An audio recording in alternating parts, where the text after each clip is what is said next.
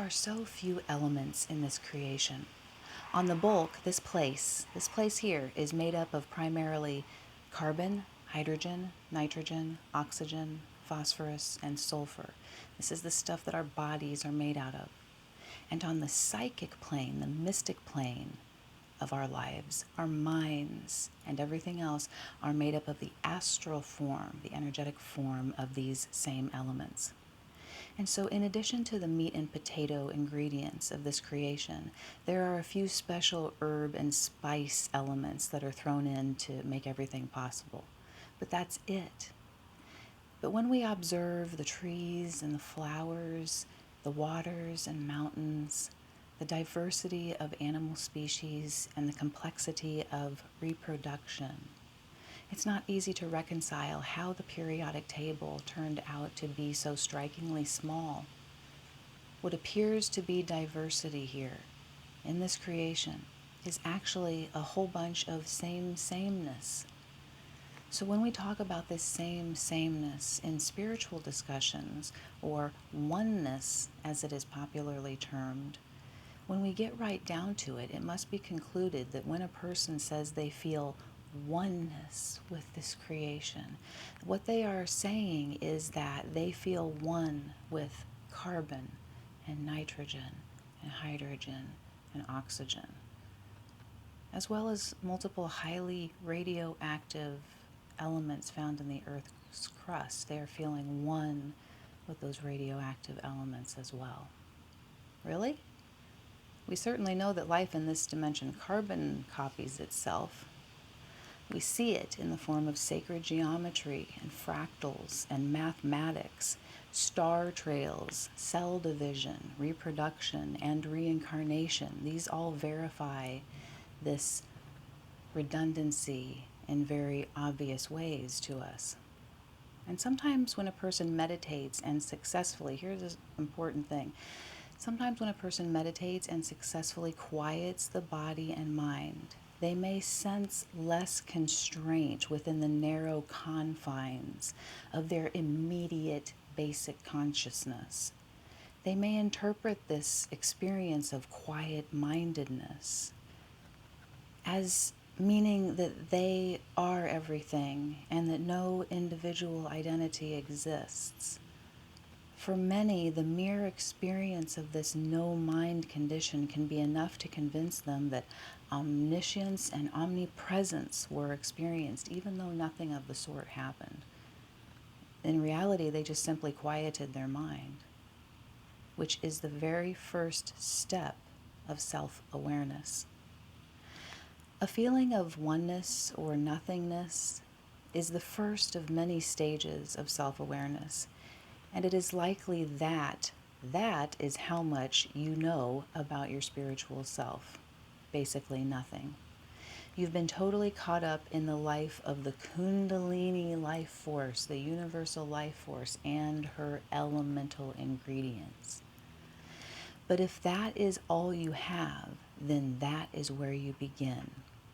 And here is the great paradox within the paradox. It is within this creation of sameness, which appears super diversified, that we find individuality. If we really look for it and we go to its location. So within the world of sameness that appears diverse, can we find individuality? If we look for it and we go to its location, we can. And it is within the one pointed focus of meditation, which can appear to be oneness or nothingness in elementary stages, that we find the truth of duality, the existence of the singular self among many singular selves.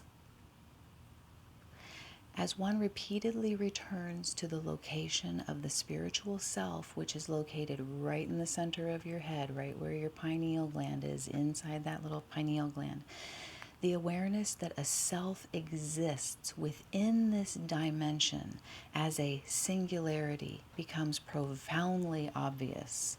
And the reality of eternal, not just duality, but multiplicity, becomes unavoidable.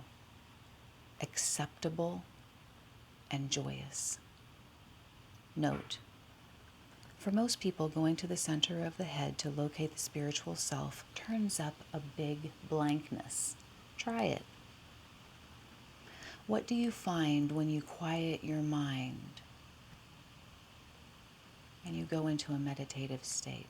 What do you find?